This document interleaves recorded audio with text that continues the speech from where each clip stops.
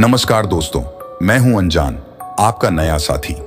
मैं आपके लिए एक ऐसी कहानी लेकर आया हूं जिसे सुनकर आपको डर का एहसास होने वाला है। दोस्तों, आज की ये कहानी मेरे एक साथी के रिश्तेदार की है जिनका नाम दीपक है, जो कि पेशे से एक डिलीवरी बॉय की जॉब करते हैं। तो चलिए दोस्तों, ज्यादा समय बर्बाद ना करते हुए इस कहानी को हम दीपक के नजरिए से ही सुनते हैं। लेकिन उससे पहले आप हमारे इस चैनल को सब्सक्राइब कर लें, जिससे आपके और हमारे संबंध मजबूत हो सके।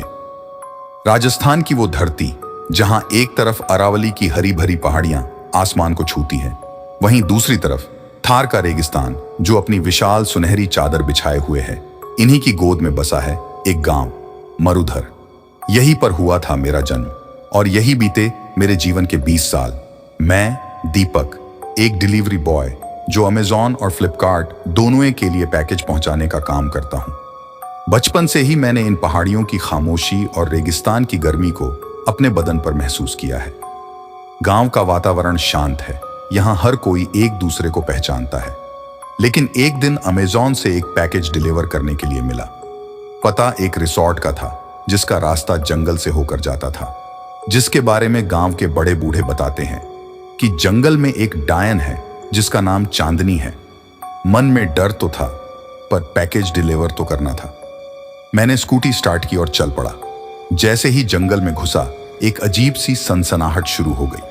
पेड़ों की काली परछाइयां सड़क पर नाचने लगी। तभी अचानक हेडलाइट की रोशनी में एक आकृति दिखाई दी। पास जाकर देखा, एक बूढ़ी महिला सड़क के बीचों बीच खड़ी है। मैंने स्कूटी उसके सामने रोकी। वो मेरी ओर देख रही थी। फिर कुछ देर रुककर धीमी आवाज में उसने बोला, कहाँ जा रहे हो बेटा? मैंने जवाब दिया, एक रिसोर्ट में पैकेज डिलीवर करने जा रहा हूं।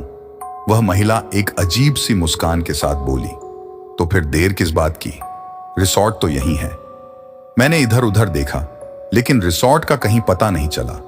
जंगल के अलावा और कुछ नजर नहीं आ रहा था। मैंने घबराते हुए कहा, रिसोर्ट तो आगे चलकर है, अभी काफी दूर है। वह महिला मेरी तरफ एक कदम बढ़ी और उसकी आवाज में सख्ती आ गई, नहीं, रिसोर्ट यहीं है। तुम दरवाजा खोलो, मैं रास्ता दिखाती हूं। मैंने सहमते हुए स्कूटी का डिब्बा खोला। तभी महिला ने मेरी तरफ हाथ बढ़ाया और मेरे कंधे को छुआ। उसके छूते ही मेरे पूरे शरीर में एक झटका सा लगा।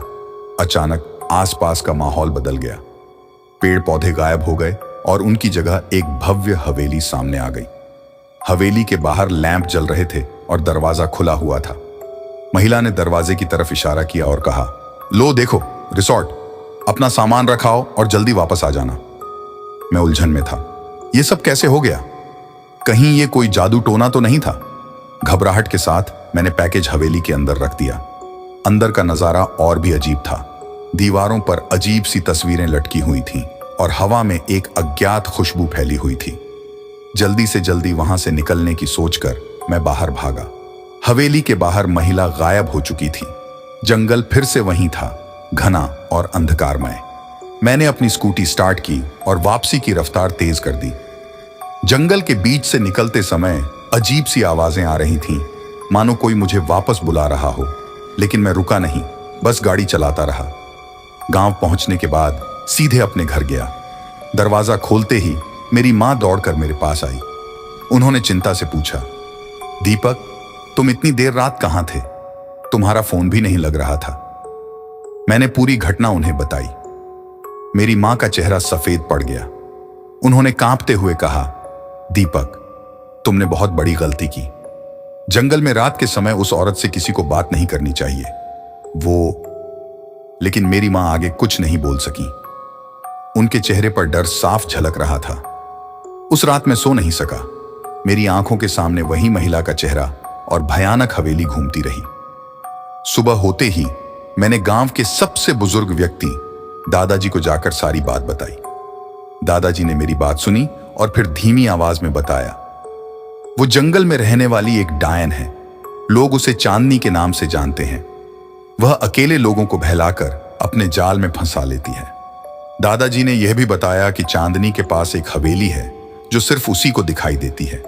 उस दिन के बाद मैं जंगल से होकर जाने से डरने लगा, मगर कभी कभी रात में मुझे जंगल से अजीब सी आवाजें आती हैं और कभी कभी दूर से एक बूढ़ी औरत की हंसी भी सुनाई देती है। कुछ दिन बीत गए। एक शाम को फिर से एक ऑर्डर आया। इस बार जंगल के बाहर ही एक छोटे से ढाबे से।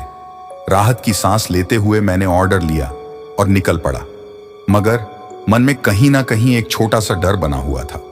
ढाबे पर पहुंचकर पैकेज डिलीवर करने के बाद मैंने वहां मौजूद एक ट्रक ड्राइवर से बातचीत शुरू कर दी। जंगल की डायन चांदनी के बारे में पूछा। ट्रक ड्राइवर ने बताया कि कई साल पहले एक जवान लड़की जंगल में खो गई थी। उसे ढूंढने के चक्कर में उसकी मां पागल हो गई और फिर उसे डायन कहा जाने लगा। ट्रक ड्राइवर की बातों से मेरे मन में एक सवाल उठा, क्या चांदनी वाकई में डायन थी या फिर उसे सिर्फ एक पागल औरत समझ लिया गया? उस रात सोते समय मेरे दिमाग में एक ख्याल आया, क्या चांदनी को वाकई में मदद की जरूरत थी? क्या वह पैकेज किसी तरह की मदद की गुहार तो नहीं थी? अगले दिन मैंने दादाजी से इस बारे में बात की। उन्होंने सोच विचार कर कहा कि जंगल में वापस जाने का खतरा बहुत है, मगर यह भी हो सकता है कि चांदनी को सचमुच मदद की जरूरत हो। दुविधा में पड़ा हुआ था। डर तो था ही, मगर साथ ही एक जिज्ञासा भी जगी थी। आखिरकार मैंने फैसला किया कि जंगल में वापस जाऊंगा। रात होने का इंतजार किया और फिर स्कूटी लेकर निकल पड़ा। जंगल में घुसते ही वही अजीब सी सनसनाहट शुरू हो गई।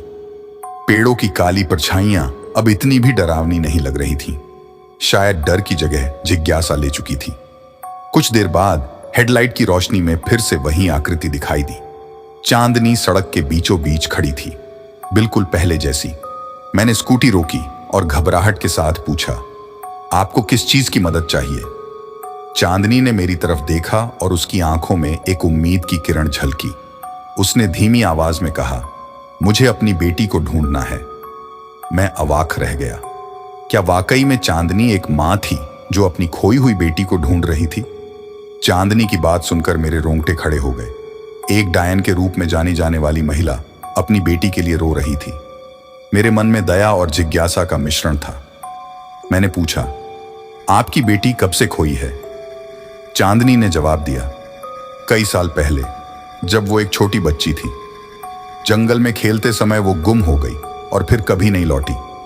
मैंने सोचा, इतने सालों बाद भी वो अपनी बेटी को ढूंढने की उम्मीद क्यों रखे हुए हैं? क्या वो वाकई जिंदा है? चांदनी ने मेरी तरफ देखा और कहा, मुझे पता है वो जिंदा है। मैं उसे महसूस कर सकती हूं। उसकी आवाज में अजीब सी शक्ति थी, मानो वो झूठ नहीं बोल रही हो। मैंने थोड़ा सोचकर कहा, ठीक है, मैं आपकी मदद करूंगा। चांदनी के चेहरे पर एक हल्की मुस्कान उभरी। उसने कहा, धन्यवाद, आपने मेरी जान बचा ली है।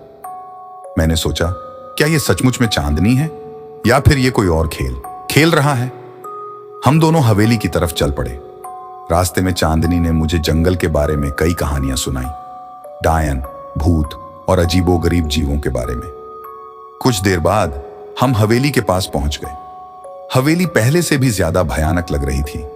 खिड़कियों से अजीब सी रोशनी आ रही थी और दरवाजे से ठंडी हवा का झोंका आ रहा था। मैंने थोड़ा डरते हुए पूछा, अंदर क्या है? चांदनी ने जवाब दिया, मेरी बेटी का घर। मैंने साहस जुटाया और हवेली के दरवाजे पर हाथ रखा। जैसे ही मैंने दरवाजा खोला, एक अजीब सी ठंडक मेरे शरीर में घुस गई। अंदर का नजारा और भी भयानक था।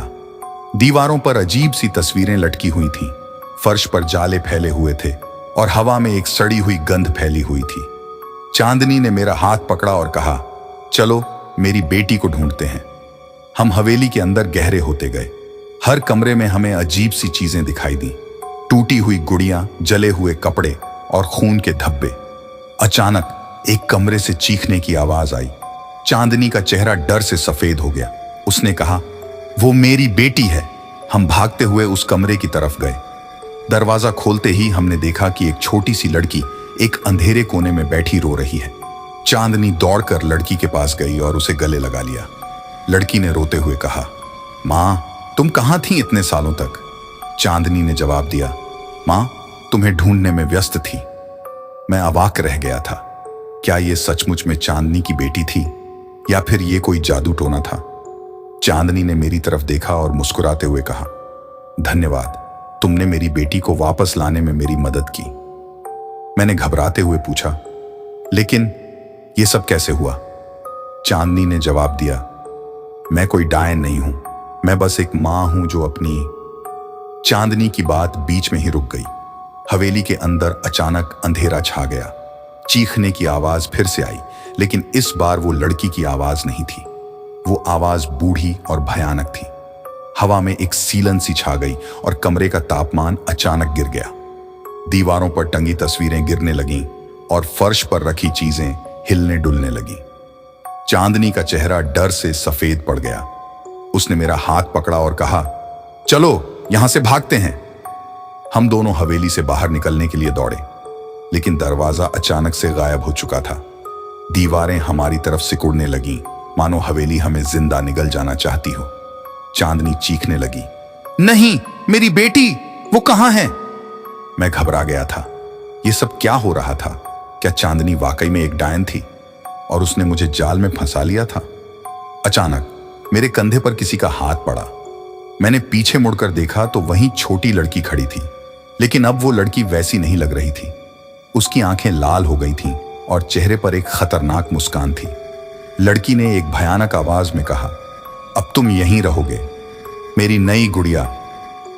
मेरे होश उड़ गए। मैं चिल्लाने लगा, लेकिन मेरी आवाज नहीं निकली। हवेली की दीवारें मुझ पर तेजी से सिकुड़ती जा रही थीं।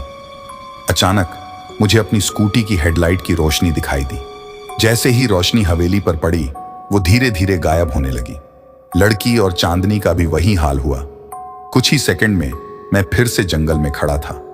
मेरी स्कूटी के आगे पीछे कुछ भी नहीं था, सिर्फ घने पेड़ और अंधेरा। मैं इतना सहम गया था कि हिल भी नहीं पा रहा था। मेरी सांसें तेज चल रही थीं और पूरे शरीर में पसीना आ गया था। थोड़ी देर बाद मैं किसी तरह से अपनी स्कूटी स्टार्ट करने में कामयाब हुआ और तेजी से जंगल से बाहर निकल भागा। उस रात के बाद मैं फिर कभी जंगल के उस रास्ते पर नहीं गया। चांदनी और उसकी बेटी के बारे में भी मैंने किसी को कुछ नहीं बताया। लेकिन रात को अकेले सोते समय मुझे कभी कभी हवेली की दीवारों के सिकुड़ने की आवाज आती है और उस छोटी लड़की की भयानक हंसी सुनाई देती है। कभी कभी रात में अकेले लेटे हुए जंगल की अजीब सी आवाजें मुझे वापस बुलाती हैं। पेड़ों की सरसराहट में मानो फुसफुसाहट होती है, वापस आओ, वापस आओ। एक रात सोते समय मुझे सपना आया। मैं फिर से उसी जंगल में खड़ा था। हवा में वही सनसनाहट थी। दूर से हवेली की रोशनी दिखाई दे रही थी। मैं डर रहा था, मगर पैरों को रोक नहीं पाया, मानो कोई अदृश्य ताकत मुझे हवेली की तरफ खींच रही हो। हवेली के पास पहुंचने पर दरवाजा खुला हुआ था। अंदर से रोशनी आ रही थी और एक लोरी सुनाई दे रही थी। धीरे से मैंने अंदर झांका। हवेली के एक कमरे में चांदनी बैठी हुई थी। उसकी गोद में वही छोटी लड़की थी, अब शांत और सोई हुई। चांदनी उसे गाना सुना रही थी, लेकिन कुछ चीजें बदली हुई थीं। चांदनी के बाल सफेद हो चुके थे और उसका चेहरा झुर्रियों से भर गया था, मानो कुछ ही समय में वह बहुत बूढ़ी हो गई हो। जब चांदनी ने मुझे देखा तो वह चौंक गई। उसका गाना रुक गया। कमरे में एकदम सन्नाटा छा गया। कुछ देर घूरने के बाद चांदनी धीमी आवाज में बोली, आप वापस आ गए? मैं सपने में भी हक्का बक्का रह गया। मैं कुछ बोल नहीं पाया। चांदनी ने मुझ पर एक गहरी नजर डाली और कहा, आपने मेरी मदद की थी, अब मैं आपकी मदद करूंगी। उसने आगे कुछ कहने से पहले ही मेरी आंखें खुल गईं। रात का अंधेरा कमरे में छाया हुआ था। सपना तो टूट गया था, लेकिन चांदनी के शब्द मेरे दिमाग में घूम रहे थे। क्या सचमुच में चांदनी मेरी मदद करना चाहती थी, या फिर ये कोई और जाल था? तभी अचानक मेरी खिड़की के बाहर से एक काली बिल्ली कूदकर भाग गई। मेरी रीढ़ में एक सिहरन दौड़ गई। जंगल की डायन के बारे में कहानियां शायद सिर्फ कहानियां नहीं थीं, और शायद मेरा सफर अभी खत्म नहीं हुआ था। दिन बीतते गए, लेकिन जंगल की अजीब सी खींचतान और चांदनी का वादा मेरे दिमाग को लगातार बेचैन किए हुए थे। एक रात सोते समय फिर वही सपना आया। इस बार हवेली थोड़ी अलग दिख रही थी। खिड़कियों पर टूटे हुए शीशे लगे थे और दीवारों पर काई जमी हुई थी। हवेली के अंदर जाने में हिचकिचाहट हुई, मगर मैं खुद को रोक न सका। अंदर का माहौल और भी भयानक था। फर्श पर धूल जमी हुई थी और हवा में एक बासी गंध फैली थी। कमरे के एक कोने में चांदनी बैठी हुई थी, लेकिन पहले जैसी नहीं। उसका चेहरा बेहद कमजोर और आंखें सुस्त पड़ चुकी थीं। मेरे आने की आहट सुनकर उसने धीमी आवाज में कहा, आप आखिरकार आ गए। मैंने पास जाकर पूछा, आप ठीक तो हैं? चांदनी ने मुस्कुराने की कोशिश की। जल्दी ही ठीक हो जाऊंगी, आप चिंता मत करो। मैंने सपने में घबराते हुए कहा, लेकिन आप मेरी मदद कैसे करेंगी? आप तो खुद। चांदनी ने मेरा हाथ पकड़ लिया। उसकी पकड़ कमजोर थी लेकिन ठंडी। उसने कहा, मेरी बेटी। वो असल में। उसके बोलने से पहले ही एक अजीब सी हंसी कमरे में गूंज उठी। हंसी इतनी भयानक थी कि मेरे रोंगटे खड़े हो गए। हवेली के अंधेरे कोनों से धीरे धीरे एक काली आकृति उभरने लगी।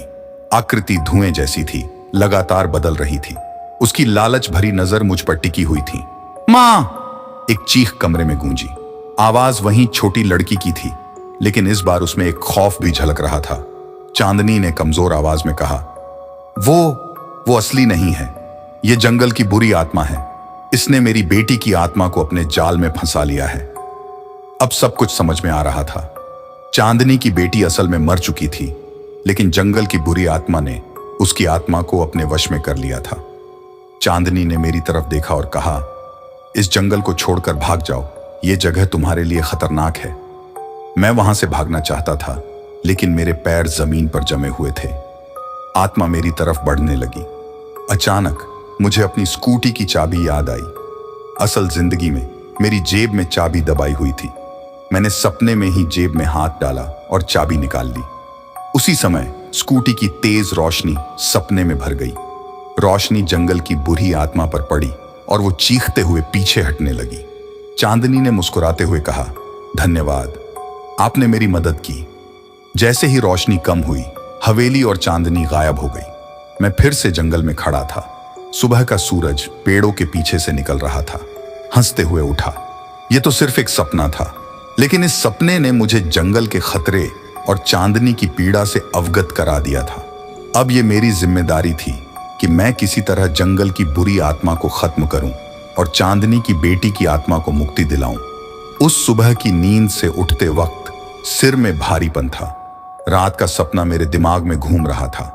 हवेली का भयानक माहौल, कमजोर चांदनी और जंगल की बुरी आत्मा का खौफनाक रूप, यह सब इतना सजीव था कि मानो सपना न होकर कोई भयानक याद हो।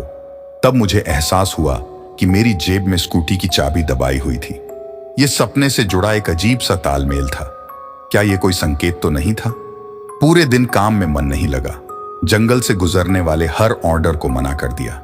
शाम होते ही दादाजी के पास जाने का फैसला किया। दादाजी चिलम पी रहे थे। उन्हें सारा सपना विस्तार से बताया। चांदनी की कमजोर आवाज, जंगल की बुरी आत्मा का रूप और अंत में मेरा भाग जाना, सब कुछ।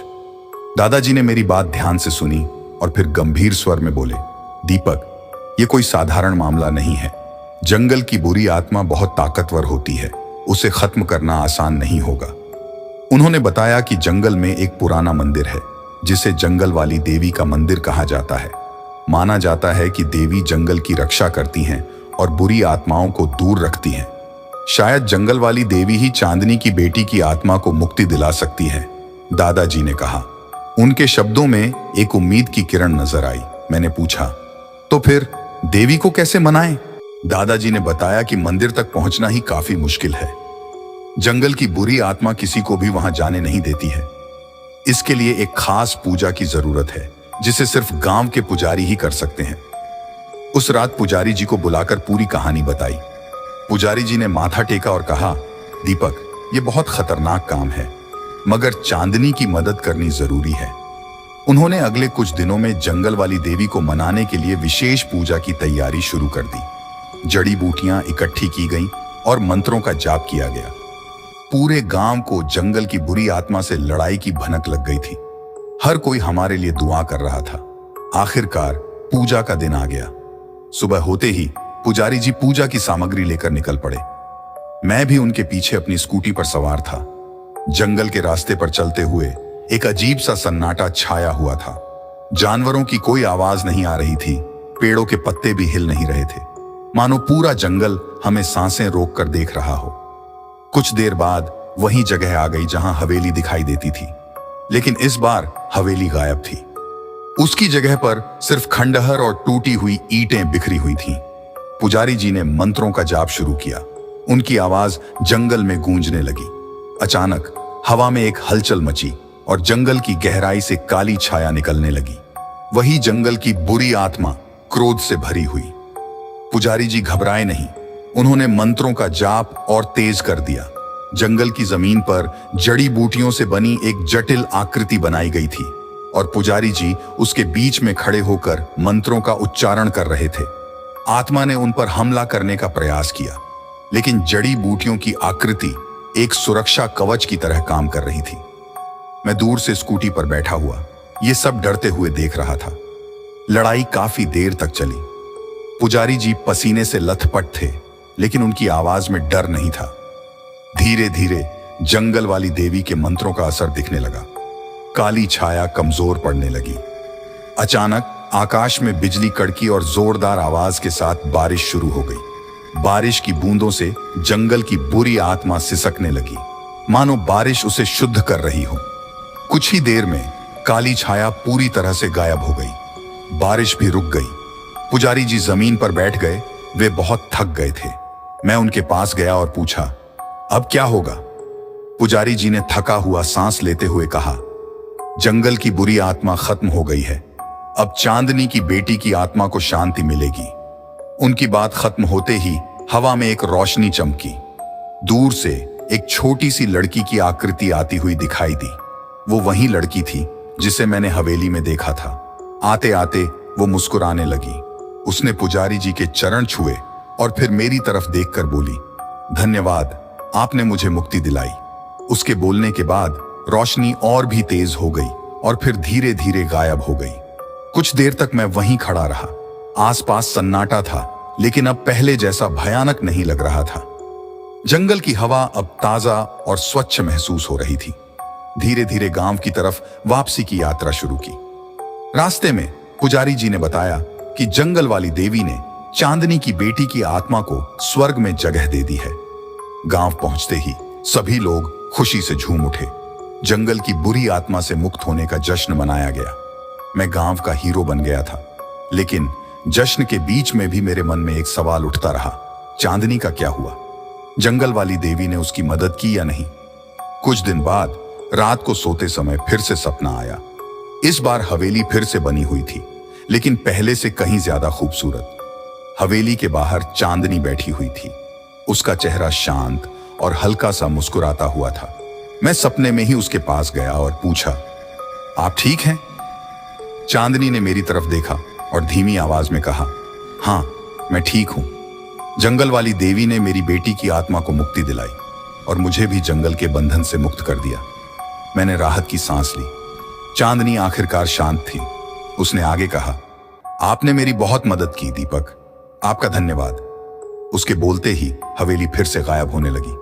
रुको, मैं चिल्लाया, आप कहां जा रही हैं? लेकिन जवाब नहीं मिला। हवेली पूरी तरह से गायब हो चुकी थी। मैंने आंखें खोली। सुबह हो चुकी थी। सपने की खुशी और उसका गायब होना दोनों का ही अजीब सा असर था। चांदनी शायद अब भी जंगल में कहीं होगी या शायद कहीं और चली गई होगी। ये रहस्य हमेशा बना रहेगा। लेकिन एक बात पक्की थी, जंगल अब पहले जैसा डरावना नहीं लगता था। अब वहां से गुजरते समय मुझे सिर्फ चांदनी की शांत मुस्कान और जंगल वाली देवी की शक्ति का एहसास होता था। ये मेरी कहानी है, एक ऐसी कहानी जिसे मैं कभी नहीं भूल पाऊंगा। एक साधारण डिलीवरी बॉय के तौर पर शुरू हुई ये जिंदगी जंगल की डायन और बुरी आत्मा से लड़ाई तक पहुंच गई। जंगल अब पहले जैसा नहीं लगता। पेड़ों की सरसराहट में अब खौफ नहीं, सुकून है। जानवरों की आवाजें अब खतरे का संकेत नहीं देती, बल्कि जंगल की धड़कन बन गई है। चांदनी का सपना शायद आखिरी था। उसे शांति मिल गई है और ये जानकर मुझे खुशी होती है। शायद वो कहीं और चली गई है या शायद जंगल की किसी कोने में शांति से रह रही है। ये रहस्य हमेशा बना रहेगा, लेकिन जंगल वाली देवी की शक्ति और चांदनी की मुस्कान अब भी मेरे साथ है। ये मुझे याद दिलाती है कि अच्छाई हमेशा बुराई पर जीत हासिल करती है। गांव में अब भी मुझे हीरो की तरह देखा जाता है। जंगल की बुरी आत्मा से मुक्ति दिलाने वाले दीपक भैया के नाम की जय जयकार होती है। लेकिन असली जीत सिर्फ मेरी नहीं है, ये उन सभी की जीत है जिन्होंने मेरा साथ दिया, दादाजी जिन्होंने राह दिखाई, पुजारी जी जिन्होंने अपनी शक्ति से लड़ाई लड़ी, और पूरा गांव जिन्होंने दुआओं से हमारा हौसला बढ़ाया। अब जंगल से गुजरते समय ऑर्डर पहुंचाने के बाद मैं थोड़ा रुक जाता हूं, जंगल की हवा में गहरी सांस लेता हूं और मन ही मन जंगल वाली देवी को धन्यवाद देता हूं। और शायद कभी कभी दूर पेड़ों के पीछे एक शांत मुस्कान की झलक भी दिखाई देती है।